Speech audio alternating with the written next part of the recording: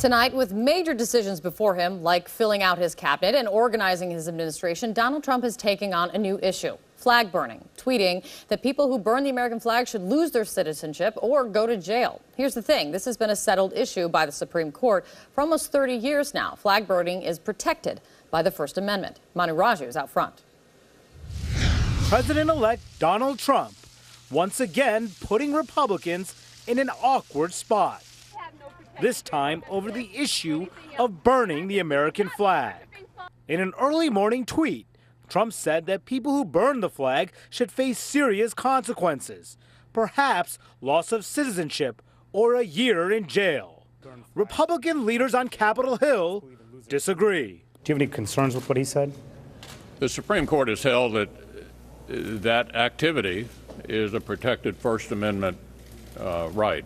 Trump's comments reopening old wounds in the Capitol.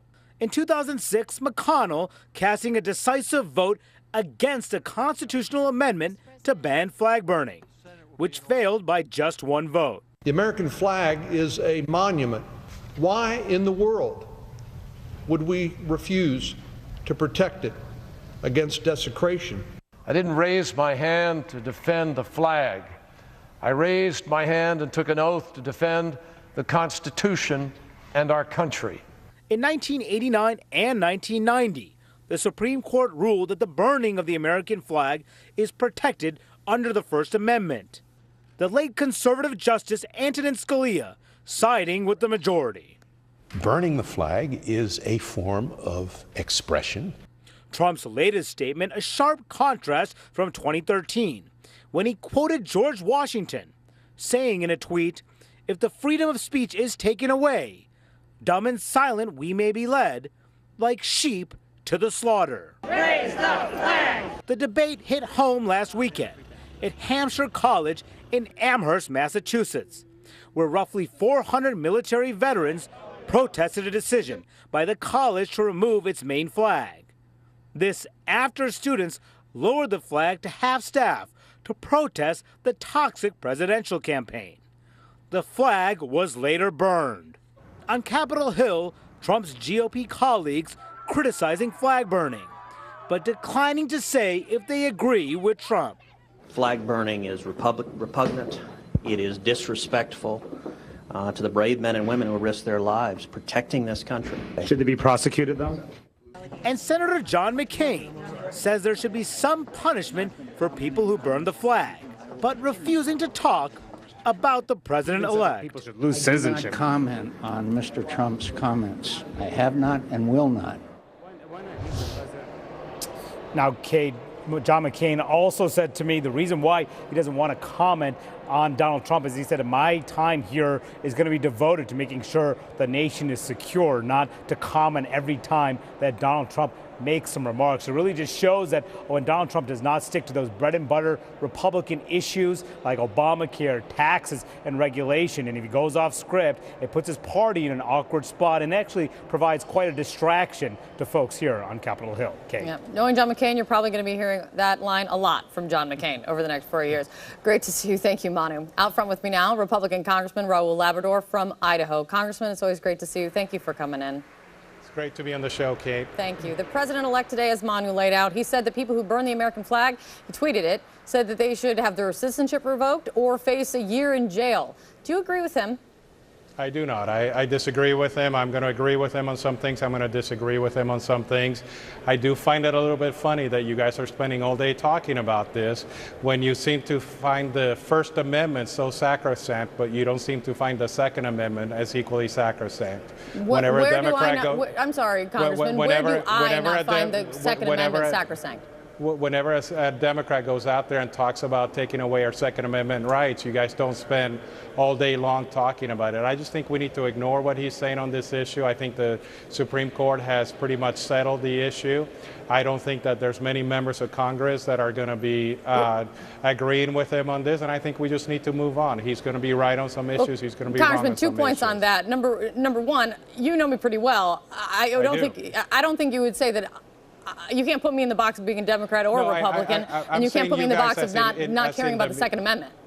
I'm just saying, in general, the media has spent all day talking about this. Instead of talking about the real issues that we're facing in America, we need to. Well, and Congressman, I have heard that today from many people that why are people focusing on the musings on Twitter of what the president-elect said when he's not happy about the cast of Hamilton or whatever, or other things that he's opined about on Twitter. Here's the thing. It does seem a big deal, or a deal of some sort, when the president-elect, the man who's going to be the leader of this country, threatens or poses on Twitter that people should have their citizenship revoked for something that's been settled law for almost 30 years. So let's just wait for him to submit a proposal to Congress, and then we can debate the proposal. Let's not debate a tweet. I think that the media made that mistake during the entire campaign, just debating all these tweets, debating all these things. He's expressing an opinion that I disagree with vehemently. I think he's completely wrong about this. I think, just like Justice Antonin Scalia, this is one of the basic protections of the Constitution.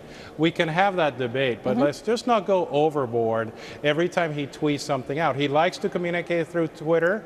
He does a pretty effective job of communicating with Twitter, through Twitter. Sometimes I agree with him, sometimes I disagree with him, but I'm not going to spend all my day musing about all the different tweets that he puts out. And we are going to move on, but let me just say, it is one thing when a candidate opines on Twitter something. I think it is something different when it is the president-elect taking an opinion on Twitter about what should be constitutional, not, and what the Supreme Court should be doing, not, and who should have their citizenship revoked. But I do want to move on. I hope that next time that a Democrat talks about taking away our Second Amendment rights and shrinking our Second Amendment rights, that you guys spend all day long talking about that. When the Democrat is the president of the United States or the president-elect, that's the difference. Obama did it many times, Hillary Clinton did it many times, and it wasn't the whole media just exploding like you're doing about this issue. I would not put this as exploding. I can show you exploding, Congressman, but we won't do that. Let's talk about the cabinet, though.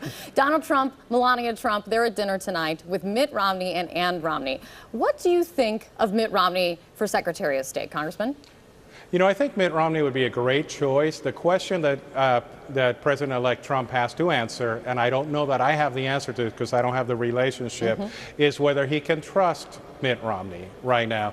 Mitt Romney says some pretty negative things about the candidate. He worked very hard to make sure that President-elect Trump did not become the president of the United States. And the question is, I'm all for a team of rivals. I actually think that shows a lot of growth and a lot of great things about Donald Trump. And it also shows a lot of great things about Mitt Romney, that he's meeting with him about this job. But for such an important job as the Secretary of State, can they trust each other? And I haven't seen anything that tells me that they can, and I think we need that relationship to be a pretty solid relationship. Congressman, there have been some folks who've said that Mitt Romney, in order to show that trust, that he needs to offer some sort of public apology to Trump before taking that post. What do you think of that? I disagree with that. That's actually the ugly part of politics. I don't think it should be about diminishing or demeaning one person or making one person feel less than the other. I just think that in their conversations, obviously they had conversations last week and they're having conversations this week. I hope that they can come to a resolution of trust, to a moment where they can realize that they can work together, that President-elect Trump knows that Mitt Romney's going to have his back. If he doesn't know that, I don't think he should be selecting him or nominating him to that position. And no better way to figure out if you trust somebody than breaking bread together. So we will see. Right. Congressman, thanks so much. Talk to you soon. Thank you so much. We're following breaking news. Some breaking news coming in right now. Two sources are telling CNN that Wilbur Ross is Donald Trump's pick for Commerce Secretary. The nomination is expected to be announced tomorrow, along with other nominations for Trump's economic team. Ross is an investor famed for rehabilitating failed businesses. A lot of announcements coming out as Trump fills out his cabinet. Out front next, we are moments away from Donald Trump and Mitt Romney's dinner together. Plus, is Donald Trump getting his news from a man who claims 9/11 was a government conspiracy and claims that the Sandy Hook school shooting was a fake? This is also ahead. ISIS claiming the Ohio State attacker is a soldier of the Islamic State. What are investigators learning from his laptop and cell phone tonight?